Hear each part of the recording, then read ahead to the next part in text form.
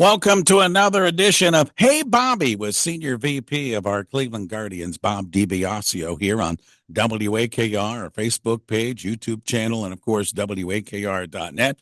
Bobby takes time to join us each week and really talk some baseball, Cleveland baseball, and beyond. Well, this weekend, Bobby, our good friend, Terry Francona, is coming back into town.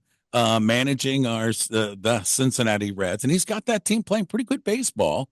And of course, here he's our all-time winningest manager. And I know you had a very special relationship with Tito. And I thought maybe we could take this week and reflect a little bit because I remember the first press conference when he came here. The people were going, "Why are you going to Cleveland? Why are you going to Cleveland?" He said, "Hey, I'm not going anywhere to die. I'm going to Cleveland because we're going to win." And he did that. And I thought maybe you can reflect on our good buddy Tito. Yeah, where to begin to talk about Tito? A dear friend, obviously got to know his father before him and was a dear friend to the original Tito. Um, and then when Terry got a chance to play for us in 1988, um, which is one of the great trivia questions of all time, that there were five members of the 1988 Cleveland Indians that became managers in the big leagues, and were including coaches and players in that. And that's a pretty cool trivia question. Um, so he played for us in 1988. His career in the big leagues, he was a number one draft pick of the Montreal Expos, coming out of the University of Arizona, had just led them to the College World Series, the Arizona's first College World Series championship. He was the most outstanding player in the College World Series. He um, was the 22nd overall pick, if I remember correctly. And his career, from 81 um, to about 88, was and played for the Cubs and the Reds and us. So him going back to the Reds is a little bit of a homecoming because he and Marty Brennaman became very close friends, and I think Marty had a little bit to do with him becoming the manager of the Reds as a conduit to ownership in the front office. But um, the DNA of that man is to be a manager. 21 of the last 23 years, he's been a manager. You know, he had 4 years in Philly that weren't real good. I think he only won about 44% of his games. And then he took a year off, worked for us. Actually, when he was let go by the Phillies, he came back to us in 2001 and was in the front office. And that's where the relationship with Chris Antonetti.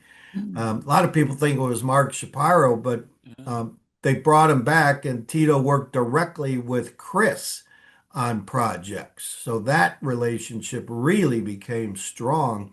So Hmm. when Chris was in charge of our baseball operations, president of baseball operations, and they made a move for Maniacta, um, Tito was out there having been let go by the Red Sox, did Sunday night baseball on ESPN, Hmm. and had the itch to get back. And thankfully, that itch to come back was with us. And from 2013 for 11 straight years, we had a whole lot of fun.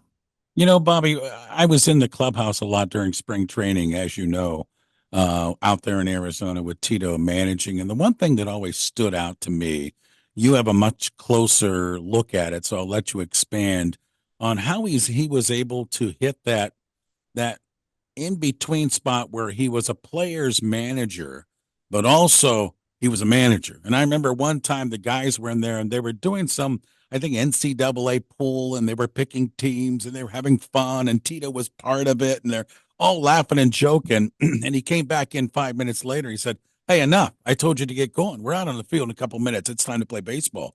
And everybody went, "Ooh, okay, we got to get going." That's a tough line sometime for these guys. I thought he did that real well. Well, he did. He cherished players just like Stephen Vogt does. And I think that's one of the most important aspects of a manager. I've been in this game long enough where I've seen managers who were real hard ass and tried to make the players in fear of them Mhm. instead of their partner. Um, but Tito always felt that it was an incredible partnership. Tito also had a philosophy that he needed a veteran baseball player in that clubhouse to help him. He didn't want to have to be that guy who walked in and said, "Hey, you've been at this long enough. Let's get on the Oh, field." That a veteran ball player could help police the clubhouse as well, and that's where Jason Giambi and Mr. Napoli have assisted him, and he had other players in Boston that did that as well. So, the thing I loved about him is it's one of those hard things to describe, but he was just pure baseball. It's only the best way to put it. It's his DNA. I know when, he left us and had told Chris and Paul Dolan and Mike Chernoff that he needed a breather because he had managed every year, starting with the Red Sox in 2004 and had 1 year off until, he was till 2023. And he needed to take care of himself. He needed a breather, the stress of that job.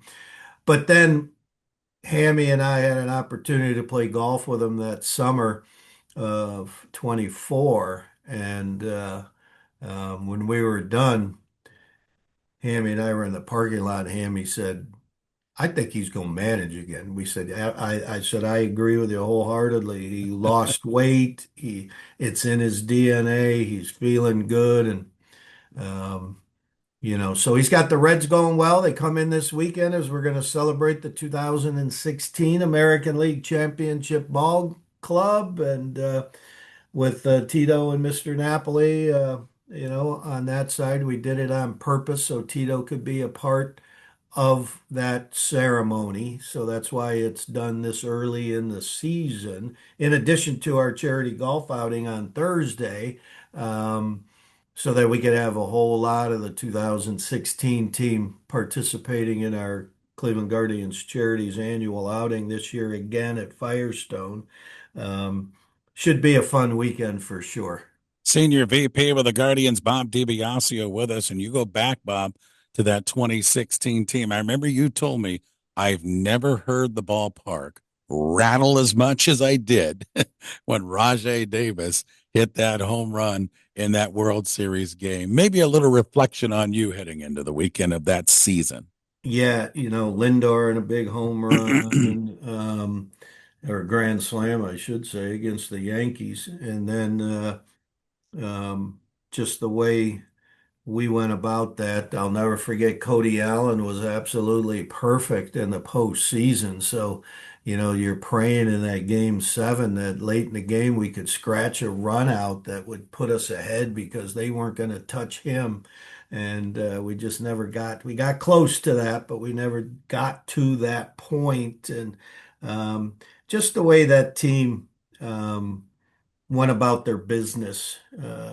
Again, a team from the American League Central takes on one of the big boys and goes to extra innings in game 7, and just to come up a little bit short. But Raja's homer, I'll name drop here, but I happen to be in a suite with guys like Travis Hafner and Jim Thome and Dennis Martinez and Carlos and Kenny and um, they were jumping up and down, hugging each other after that home run, like they were in the dugout, and it happened when they were on the field. And just to see them share in that joy was pretty awesome. And people also forget that Brandon Guyer hit a double the very next batter.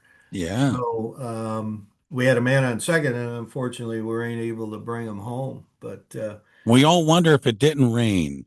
Yeah, Could have what happened, happened if it right? didn't rain? And that's just a nice story. I don't know if that had anything to do with anything, but it always adds to some good storytelling. But when we go back to Tito, one thing that some fans may not know or remember, but Tito was the guy at Double A Birmingham that managed Michael Jordan. When Michael Jordan ended up playing baseball, they sent him to Birmingham and they sent him to Tito. And the stories Tito has about him and Michael, like the first road trip, and they were getting on these old normal buses, and Michael looks at Tito and he goes, "What are we doing?" He goes, "You're in the minor leagues, brother. You're riding on these buses." The next road trip, there was a couple RVs decked out that Michael purchased so that the players didn't have to ride in a normal bus, that they could ride in style because he wasn't riding 5 hours to the next city in just a normal bus. And they'd go to a road trip in the minors, and Michael's people would set up a gym where and pick a group of players to play against Michael and Tito and some of the coaches, and they'd have pickup games in the afternoon, and then word would spread in these little towns that hey, over at the Y or over at this high school, Michael Jordan's playing in the gym, and then all of a sudden the place was packed with fans.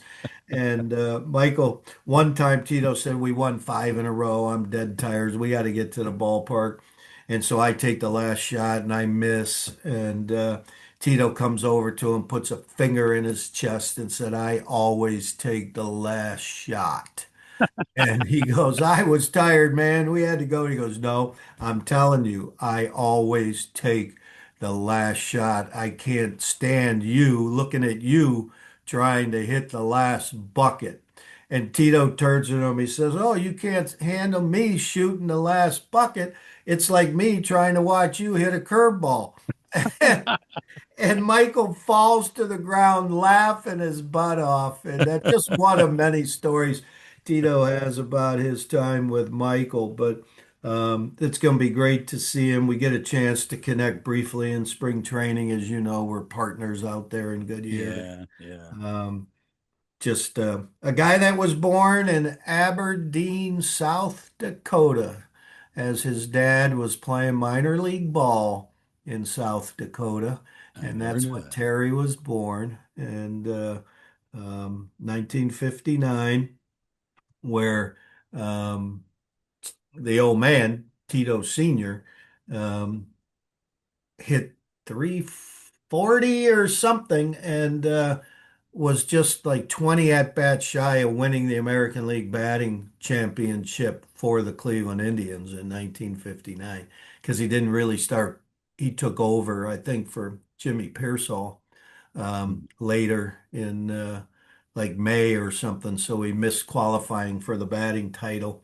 Um, but both those guys had the genes to hit, and Tito's still an incredible supporter of the University of Arizona baseball team. High Corbett Field, where we trained, is now the home field for the University of Arizona, and Tito gave them a couple million to upgrade their baseball facilities and the training and clubhouse and all of those things. So that's where he lives in the off season. He's got four season tickets to front row seats to the Arizona Wildcat basketball team. So he's really entrenched in his alma mater.